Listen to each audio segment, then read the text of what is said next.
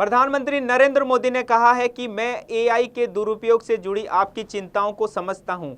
इसीलिए भारत ने एआई के एथिकल यूज के लिए ग्लोबल फ्रेमवर्क बनाने का आह्वान किया है। प्रधानमंत्री नरेंद्र मोदी महाराष्ट्र के दौरे पर हैं। उन्होंने मुंबई के जियो वर्ल्ड कन्वेंशन सेंटर में ग्लोबल फिनटेक फेस्ट में कहा कि एआई के दुरुपयोग को लेकर वे चिंतित हैं और एथिकल यूज के लिए ग्लोबल फ्रेमवर्क बनाया जा रहा है। आज सस्टेनेबल इकोनॉमिक ग्रोथ ये भारत की प्राथमिकता है। हम स्ट्रांग, ट्रांसपेरेंट और एफिशिएंट सिस्टम्स बना रहे हैं। हम फाइनेंशियल मार्केट्स को एडवांस टेक्नोलॉजीज और रेगुलेटरी फ्रेमवर्क से मजबूत कर रहे हैं। हम ग्रीन फाइनेंस से सस्टेनेबल ग्रोथ को सपोर्ट कर रहे हैं। हम फाइनेंशियल इंक्लूजन के सैचुरेशन पर बल दे रहे हैं।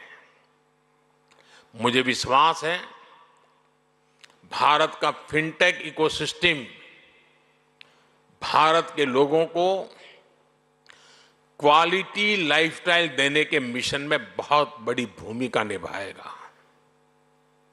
मुझे विश्वास है भारत का फिनटेक इकोसिस्टम पूरी दुनिया की ईज ऑफ लिविंग बढ़ाएगा।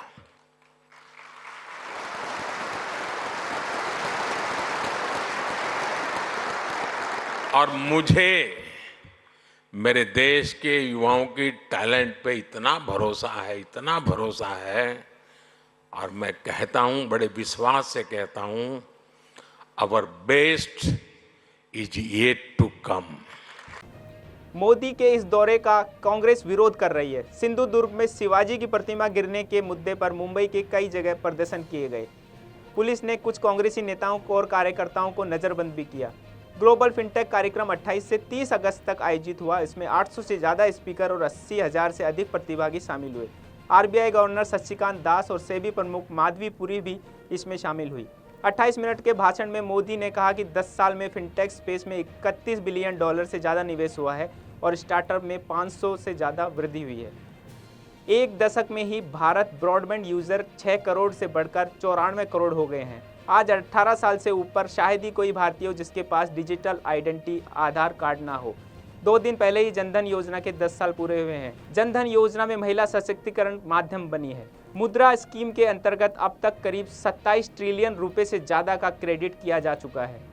मोदी ने इसके बाद पालघर की महत्वाकांक्षी बाढ़वन बंदरगाह की आधारशिला रखी। इस दौरान उन्होंने पालघर में एक कार्यक्रम में हिस्सा लिया। महाराष्ट्र के मुख्यमंत्री एकनाथ शिंदे, उप मुख्यमंत्री देवेंद्र फडणवीस और अजीत पवार, केंद्रीय मंत्री सर्बानंद सोनोवाल ने उनका अभिनंदन किया। पीएम मोदी ने यहां 76,000 करोड़ रुपए की बाढ़वन बंदरगाह की आधारशिला रखी। उन्होंने लगभग 1560 करोड़ रुपए के 218 मत्स्य पालन परियोजनाओं का उद्घाटन भी किया। वधावन बंदरगाह भारत का 13वां प्रमुख बंदरगाह और पहला अपतटीय बंदरगाह होगा। यह सभी मौसमों में खुला रहने वाला गहरे पानी वाला बंदरगाह होगा जिसका ड्राफ्ट 80 मीटर से अधिक होगा।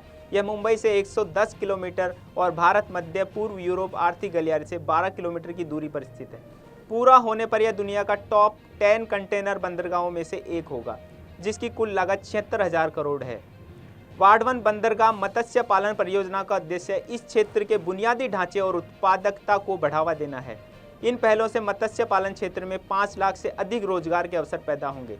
प्रधानमंत्री लगभग 360 करोड़ रुपए की लागत से मछली पकड़ने वाले जहाजों के लिए संचार सहायक प्रणाली की भी शुरुआत करेंगे। पीएम मोदी ने कहा कि इन परियोजनाओं से 13 तटीय राज्यों और केंद्र शासित प्रदेशों में मछली पकड़ने वाली मशीनीकृत मोटर चालित नौकाएं चालू होंगी। Bureau report, DC news India, Mumbai.